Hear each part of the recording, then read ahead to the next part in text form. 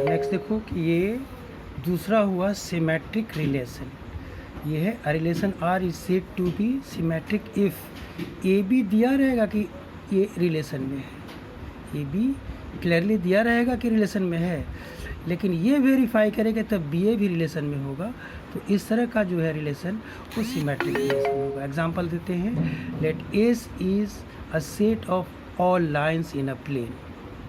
Plane में जितने तरह के लाइन हैं सब हैं, and R is a relation in S into S boundary defined as, देखो R है, ऐसा है दो लाइन L1 L2 है, तो ऐसा है कि पहला वाला पैरेलल है दूसरे के, L1 is parallel to L2। ध्यान से देखो कि रिलेशन किस तरह का है कि L1 L2 है, तो ऐसा है कि L1 is parallel to L2।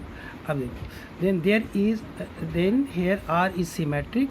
कैसे, ये देखो L1 L2 दिया है कि रिलेशन में है, तो L1 L2 है तो कैसा है कि L1 is parallel to L2।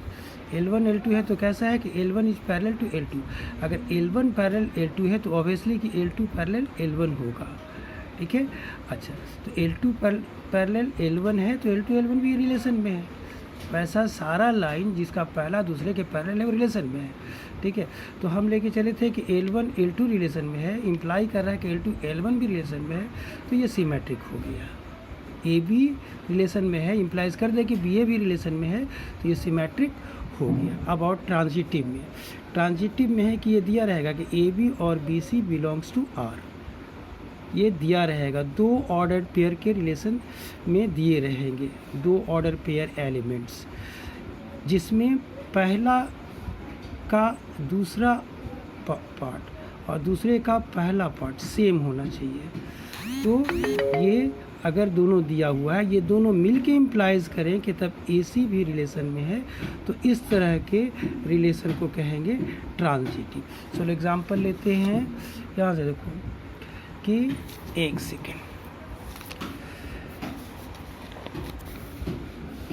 यहाँ से देखो कि in the set of integers, मान लो कि आर रिलेशन क्या है कि R A B, A is less than B relation है, A is less than B, यही रिलेशन है, इसको पकड़ो। तो अब मान लो कि ए बी और बी सी रिलेशन में है, ए बी है तो रिलेशन जैसा पीछे दिया हुआ है कि ये यही रिलेशन है, ए बी है तो A is less than, A B है तो A is less than B, B C है तो B is less than C. अब इसको पकड़ के चलो, A is less than B and B is less than C, A is less than B और यही P is less than C है, ऑब्वियसली कि A is less than C हो जाएगा, यानी कि ए सी भी रिलेशन में है। तो इस तरह से आर ट्रांजिटिव हो गया। अब आओ इक्विवेलेंस रिलेशन में, कि इक्विवेलेंस रिलेशन में ये है कि अगर कोई भी रिलेशन सामल्टेनियसली तीनों रिफ्लेक्सिव, सिमेट्रिक, ट्रांजिटिव तीनों हो जाए, तो इस तरह के रिलेशन को कहते हैं इक्विवेलेंस रिलेशन। एग्जांपल है कि let T is the set of all triangles in a plane. Plane में जितने तरह के ट्रायंगल हैं सारे के सारे हैं, ठीक है। लेकिन रिलेशन डिफाइन कैसे है कि अगर दो ट्रायंगल, ट्रायंगल 1 ट्रायंगल 2 है, तो ऐसा है कि पहला वाला ट्रायंगल सिमिलर है दूसरे वाले के। रिलेशन को पहले ऑब्जर्व कर लो कि दो ट्रायंगल हैं, ट्रायंगल 1 ट्रायंगल 2, तो ऐसा है कि पहला वाला दूसरे के सिमिलर है। अब रिफ्लेक्सिविटी चेक करें तो रिफ्लेक्सिविटी में दोनों सेम होते हैं, बिलोंग्स टू आर सपोज कर लिया, तो इम्प्लाइज क्या करेगा, यहाँ से पकड़ो कि 1 2 है तो 1 सिमिलर टू 2, 1 1 है तो 1 इज सिमिलर टू 1, ठीक है। अब देखो as every triangle is similar to itself, 1 similar to 1 ये यूनिवर्सल ट्रूथ है, तो इसलिए ये रिफ्लेक्सिव हो जाएगा। अब नेक्स्ट देखो फॉर सिमेट्रिक,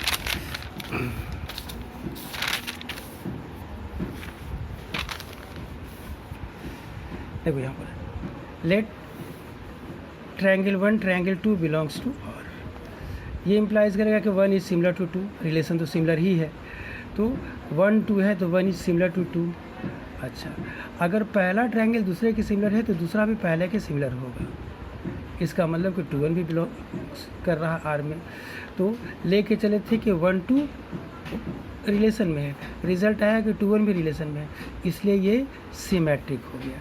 ट्रांजिटिविटी चेक करेंगे, 1 2 और 2 3, ट्रायंगल 1 2 ट्रायंगल 2 3 रिलेशन में है, ये हम ले चुके हैं, जिसका दूसरा वाला इसका दूसरा वाला, इसका पहला वाला सेम है।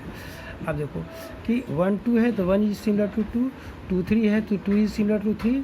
अब यहाँ से कि 1 इज सिमिलर टू 2 और यही 2 सिमिलर टू 3, इसलिए 1 सिमिलर टू 3 हो गया।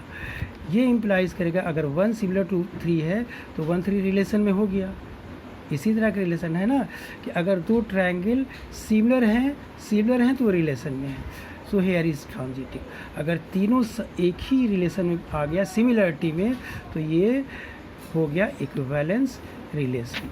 अब क्वेश्चन किया जाएगा।